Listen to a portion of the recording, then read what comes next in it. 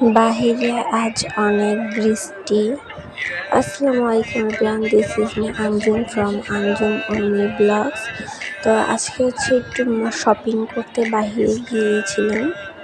তো বাহিরে আজকে প্রচুর বৃষ্টি ছিল। তো আজকে আম্মু আমাদের সবার জন্য ইফতারি ভুনা খিচুড়ি রেডি করছে।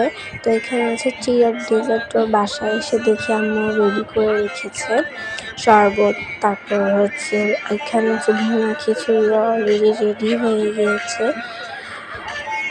তো তারপরে আম্মু মুরগির মাংস রান্না করেছে ভুনা খিচুড়ি দিয়ে খাওয়ার জন্য।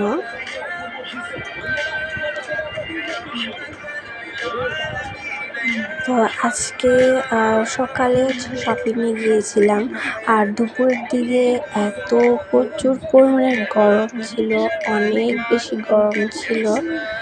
তো গরমের মাঝখানে একটু বাতাসের আবহাওয়া ছিল। তো ওই দিন প্রচুর পরিমাণে গরম ছিল। সকালবেলাটা একটু বৃষ্টি হয়েছে, তারপরে অনেক বেশি গরম ছিল। তো এখানে অলরেডি ইফতার টাইম হয়ে গিয়েছে। তো এখানে চিড়াগুলো আমি সব কিছু সার্ভ করে নিচ্ছি।